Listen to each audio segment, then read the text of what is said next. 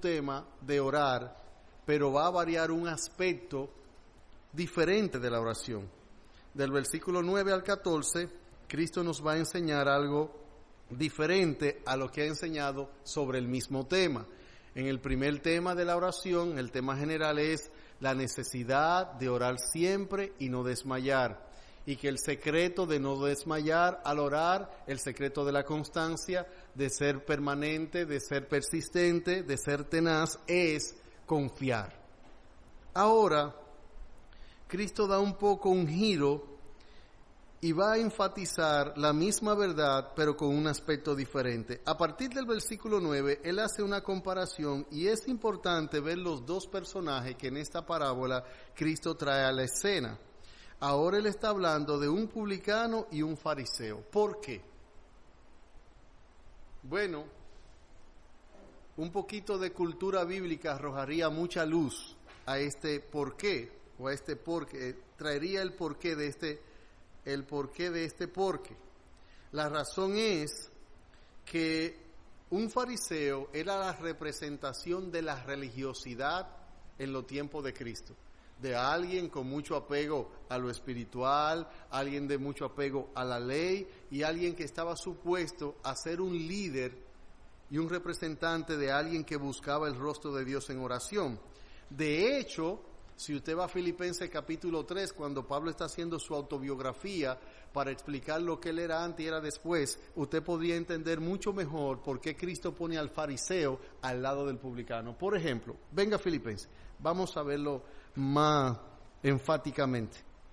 Dice Filipenses capítulo 3, repito, aquí Pablo va a hacer un autorretrato, una autobiografía, va a hablar de sí mismo. Él dice, hablando de sí, voy a tomar por causa del tiempo el verso 4, aunque 3 dice, porque nosotros somos la circuncisión, lo que en espíritu servimos a Dios y nos gloriamos en Cristo Jesús, no teniendo confianza en la carne. Aunque yo tengo también de qué confiar en la carne. Si alguno piensa que tiene de qué confiar en la carne, yo más. ¿Y por qué yo más? Dice Pablo. Mire, yo fui circuncidado al 8º día, como se debía hacer con todo primogénito varón en Israel.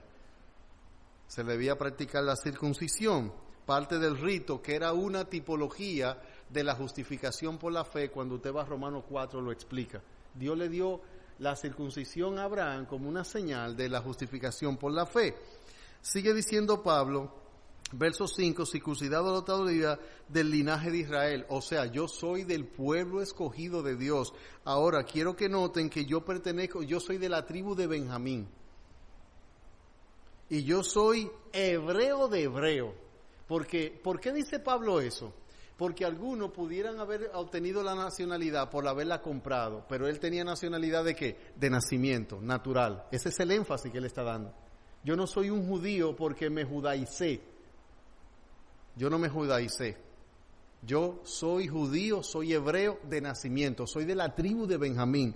Todo esto Pablo está dando énfasis de algunos privilegios religiosos que él tiene. Dice, y para él finalizar en el versículo 5, ¿qué dice de él en cuanto a la ley que él era? Fariseo. ¿Por qué? Para que entiendan la parábola de que subieron a orar un fariseo y un publicano. Él dice en cuanto a la ley, fariseo.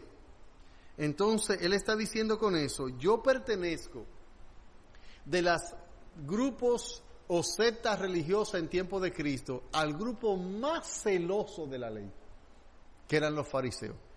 Eran la persona que se extremaba más en el cumplimiento externo de la ley, eran los más rigurosos, eran los más apegados. Entonces Pablo está diciendo aquí que los fariseos se caracterizaban por eso. Entonces cuando Cristo dice que subieron al templo a orar, un fariseo está diciendo uno que es un modelo de religiosidad, uno que es un patrón de religiosidad, uno que es un paradigma, uno que conoce mucho la ley, uno que está pegado a la ley, uno que guarda la ley, entre comillas. Entonces, teniendo ese contexto en mente, veamos entonces qué nos quiere referir Cristo cuando nos dice que subieron a orar al templo un fariseo. Bueno, un fariseo, lo más probable es que un líder religioso. Un fariseo, una persona con mucho apego, por lo menos al cumplimiento externo de la ley. Un fariseo, un conocedor de la ley. Un fariseo, alguien que tenía una vida religiosa. De hecho, él hace una autodescripción de él. ¿Cómo dice él que es él? Yo no soy como los otros ladrones. ¿Y cómo como los otros hombres? ¿Cómo son los otros hombres? Ladrones, injustos, adúlteros, ni aún como este publicano. Él pudo decir positivamente de él que no poseía esas cualidades negativas. Ahora él va a decir positivamente de él las cualidades positivas que él posee. ¿Cuáles son las positivas? Él ayuna 2 veces a la semana y da diezmo de todo lo que gana. Hay un versículo en Proverbios que dice que el darse su propia gloria no es gloria. Pero Cristo quiere dar énfasis a lo que Él va a enseñar. Ya nos ha enseñado sobre la constancia, sobre la persistencia, sobre la tenacidad, en la oración fruto de la fe. Ahora Él quiere enseñar otra cualidad diferente y pone a un hombre. Cristo hace cosas como esta en la parábola. Mire, hermano, la explicación de la parábola está en el primer versículo. Si usted lo ve, en el versículo 9. ¿Verdad que sí? Qué bueno es enseñar así, ¿eh? Cuando ya el que le enseñó te dice qué es lo que quiere enseñar. ¿Cuál es la temática de la parábola acerca de la oración aquí? Él dice a unos que se confiaban en sí mismos como ¿qué? Esa justicia le llevaba a menospreciar a los otros, dijo también una parábola. Y por eso, ¿cuál es la conclusión de la parábola? Veamos 2 cosas en la conclusión de la parábola. Ya vimos la actitud del fariseo. Hagamos una descripción. ¿Y quién era un publicano? Un publicano era por lo regular un cobrador de impuestos que estaba al servicio del Imperio Romano. Por ejemplo, acuérdese que Mateo, el que escribió el Evangelio de Mateo, era un publicano. De hecho, usted va a Mateo 9 y ¿sabe dónde estaba Mateo cuando el Señor lo llama, lo salva? En el banco de los tributos públicos, sacándole los cuartos de los bolsillos a la gente. Por lo regular, los publicanos cobraban casi siempre de más. Si no, pregúnteselo a Zaqueo. Zaqueo era jefe de los publicanos. Y él dice, si en algo he defraudado a alguno, se lo devuelvo. Zaqueo no se estaba inventando nada. La ley decía eso. Que cuando usted robaba tenía que darle 4 veces lo que se robó. Entonces, este publicano, a lo mejor era a los publicanos le tenían un título en ese tiempo, que era los chupasangre. Porque ellos eran bastante abusadorcitos e injustos. Cobraban para el imperio, que estaba pisoteando al imperio romano, y entonces cobraban otro tanto para su bolsillo, ¿verdad? Si hay alguna semejanza con lo que está pasando ahora, es pura coincidencia. Pero miren la actitud de este hombre. Miren la actitud de este hombre. Ahora el versículo 13 dice, más, aquí está el más que equivale al pero de ahorita, ¿verdad? De la otra parábola. Más, pero el publicano dice que estaba como lejos, no se quería acercar. Dice, ni aún alzar los ojos al cielo, sino que se golpeaba en el pecho diciendo, Dios, sé propicio, sé compasivo, sé benigno, ten misericordia de mi pecador. Y Cristo dice, os digo que éste descendió a su casa, o sea, el publicano, el ladrón, el cobrador de impuestos, el abusador, descendió justificado antes que el otro, porque cualquiera que se enaltece será humillado y cualquiera que se humilla será enaltecido. ¿Qué quiere enseñar Cristo sobre la oración con este ejemplo de un fariseo que se cree muy piadoso, muy justo, muy bueno y muy cumplidor de la ley y que por tanto él puede orar a Dios prácticamente? Me gusta que Cristo dice algo en la oración, que el fariseo puesto en pie oraba ¿con quién? Hoy la oración es con uno mismo que uno la hace. Ve los matices que Cristo pone en la parábola. Esos matices nos arrojan luz. La actitud del fariseo es alguien que se siente digno, merecedor, justo, piadoso, bueno. Hermano, allí Cristo estaba enseñando la constancia, la persistencia, la tenacidad, fruto de la fe. Aquí Cristo está tratando de enseñarlo la necesidad de ser humildes al orar. Y voy a explicar por qué. ¿Por qué la humildad debe estar en el corazón de todo orante, de todo suplicante, de todo el que ruega? Hemos dicho otras veces desde este púlpito que la oración no cambia a Dios, ni convence a Dios que me dé una cosa que Él no me quería dar. De hecho, ¿qué hemos de pedir como conviene? No lo sabemos. Entonces, ¿cuál es la actitud que debe tener todo creyente al orar?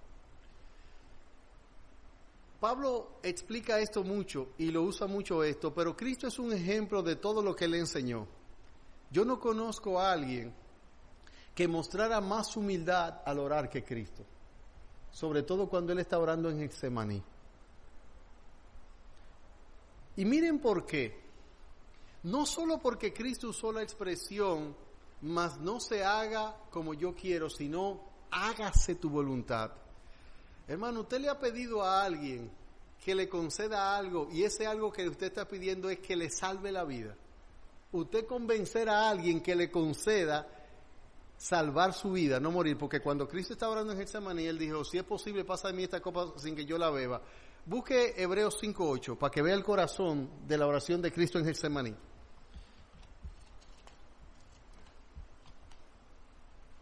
Hebreos 5:8.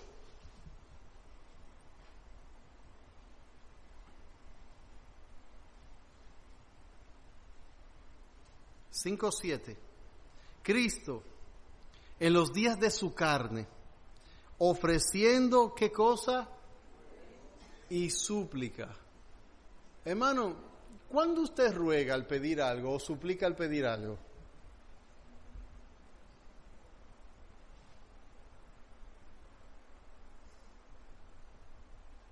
Bueno, si el hermano Domingo tiene 500 pesos míos, puede que yo, por educación y norma de cortesía, se lo pida por favor, pero difícilmente yo le ruegue y le suplique que me dé mis 500 pesos. Usaré el por favor como una norma de cortesía, pero suplicarle a Domingo que me dé mis 500 pesos, rogarle a Domingo que me dé mis 500 pesos. Lo que se entiende es que si yo tengo derecho en mi petición, yo sencillamente puedo hasta exigirle a Domingo que me dé mis 500 pesos. Es que son míos. Dios Hijo le está pidiendo a Dios Padre, dice que con ruego y súplica y con gran clamor. Un clamor es una petición intensa, pero pedida de manera humillante, de manera sumisa. Y a esto el Señor bañó su ruego, su súplica y su gran clamor. ¿Con qué lo bañó? Con lágrimas.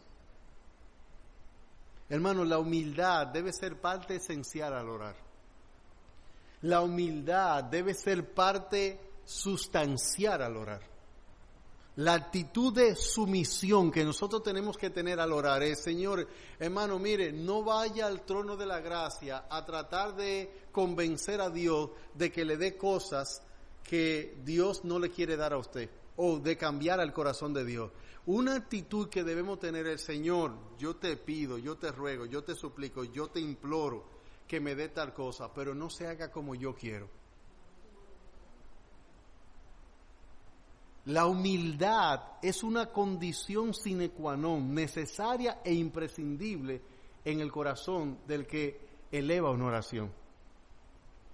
Por eso se usa tanto el pedir con ruego, con súplica. Mire conmigo, por favor, Filipenses capítulo 4. Filipenses capítulo 4. Verso 6.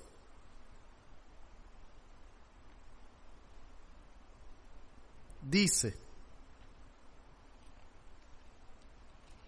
por nada estéis afanosos, sino sean conocidas vuestras peticiones delante de Dios en toda oración, con ruego y con acción de gracias.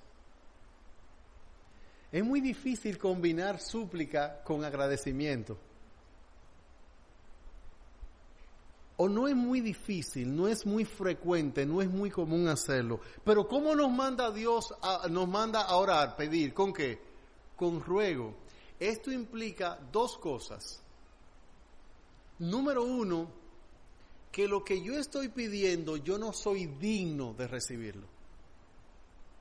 Por eso el publicano, como se creía indigno, no quería ni siquiera levantar los ojos al cielo, sino que se golpeaba en el pecho y decía, sé propicio a este que no se merece lo que está rogando.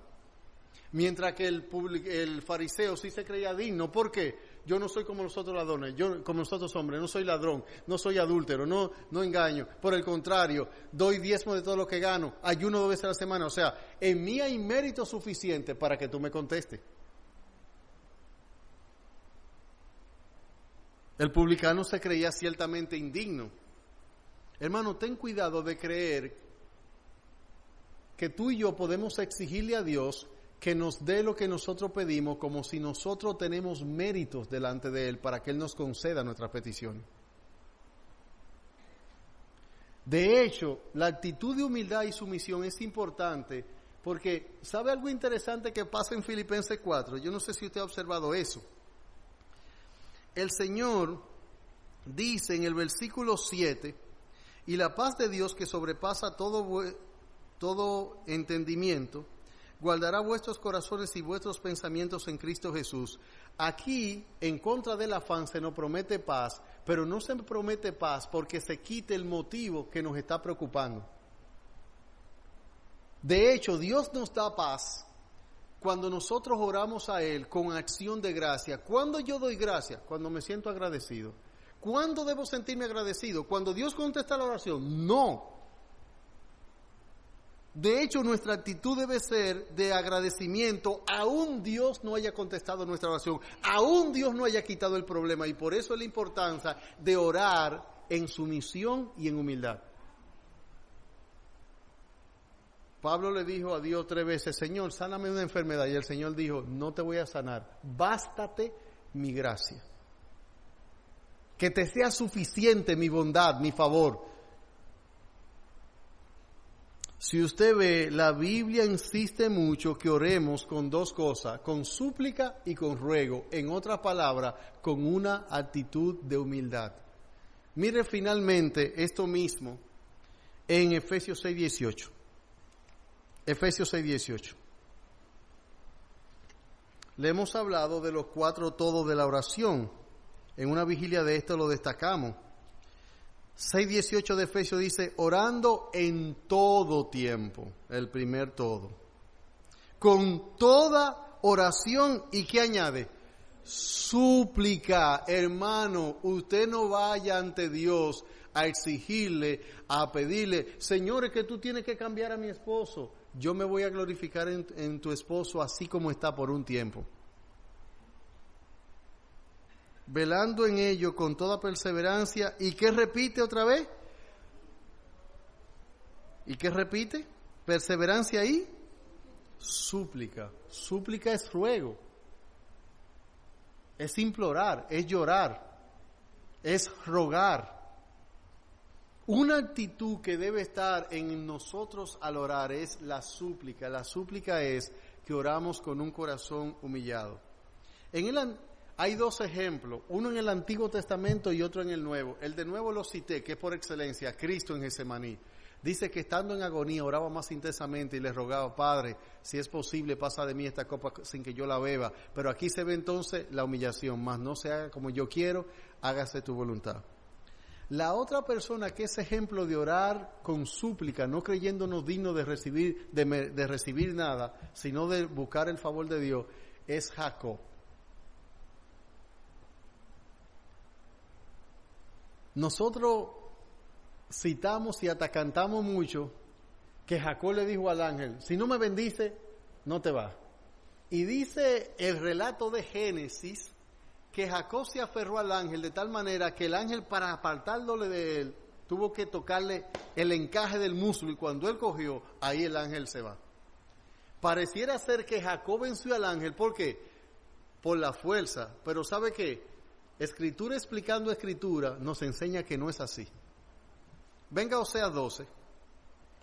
Oseas está en el Antiguo Testamento después de Daniel. ¿Cómo fue que Jacob venció al ángel? Porque Dios dijo, has luchado con Dios y con los hombres. ¿Y qué cosa? Y has vencido. Eso es lo que Dios dice en Génesis, ¿verdad? Y ahí le cambia el nombre.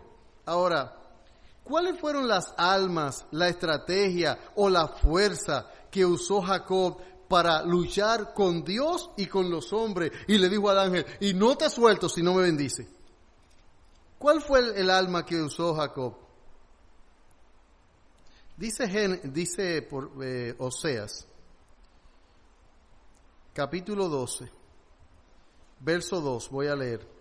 Pleito tiene Jehová con Judá para castigarlo, para castigar a Jacob conforme a sus caminos, le pagará conforme a sus obras. En el seno materno tomó por el calcañar a su hermano, y con su poder, ¿qué hizo? Jacob tenía fuerza. Mire, fue con su poder que venció al ángel. No lo dice ahí el texto.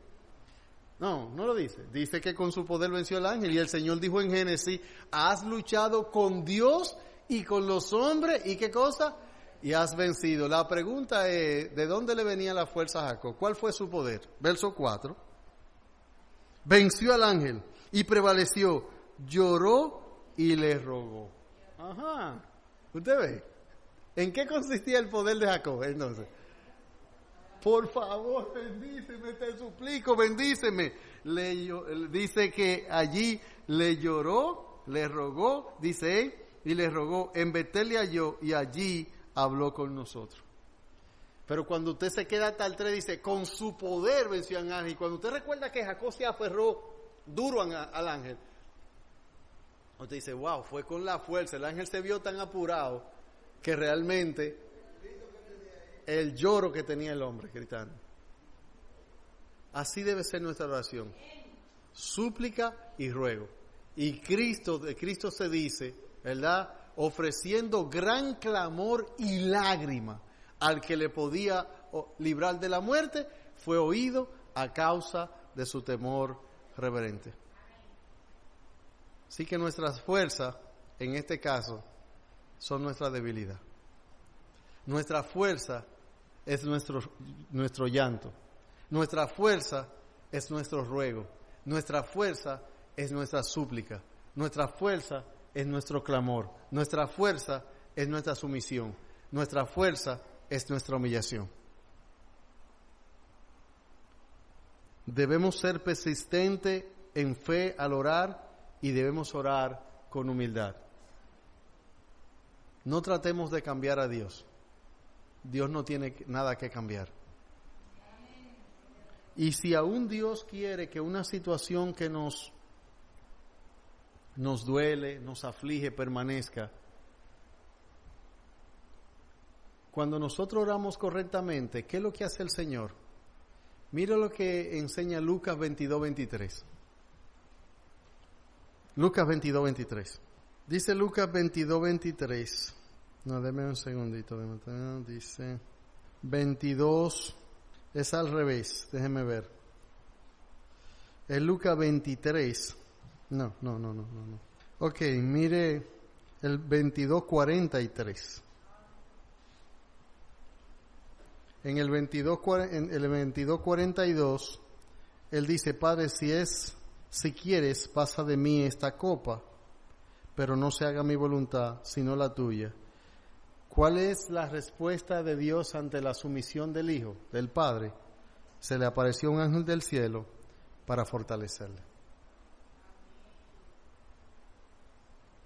Se le apareció un ángel del cielo para fortalecerle. Bien, las peticiones que vamos a llevar en esta hora